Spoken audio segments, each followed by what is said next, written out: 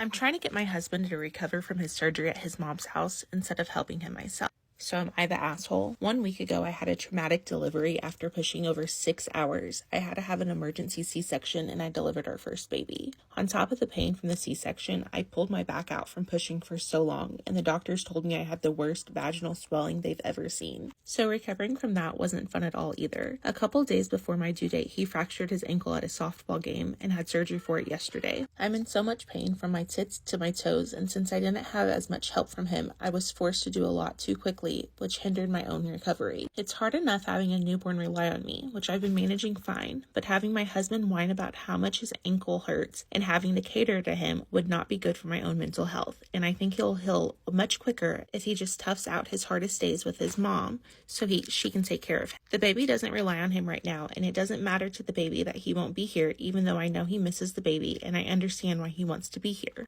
I know that it's my job as his wife to care for him, and I wish I had more sympathy for what he's going through, but the lack of support I felt during my pregnancy and delivery and postpartum has just made me kind of numb to it all. That sounds horrible, but this whole thing has just been very hard on me, and I'm sure it hasn't been fun for him either, but these are just the cards that I've dealt with, and I'm trying to do what's best for me so I can do what's best for our baby. The quicker I can recover, the quicker I'll be able to be there to help him.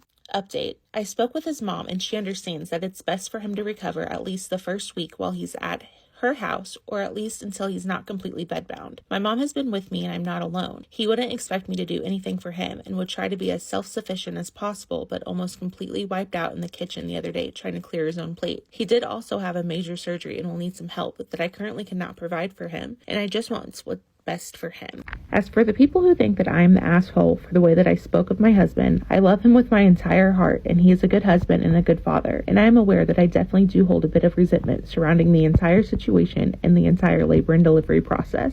I feel bad that he's in pain. I genuinely do never want to see him in pain, but due to everything that's happened, I don't have the sympathy to get. Like hearing about how 8 hours of sleep doesn't have him well rested, or how he's uncomfortable and it's hard to sleep.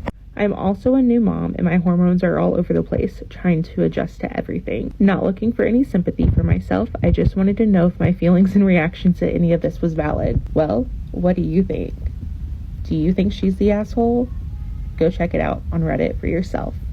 Read the comments, because I think she's the asshole.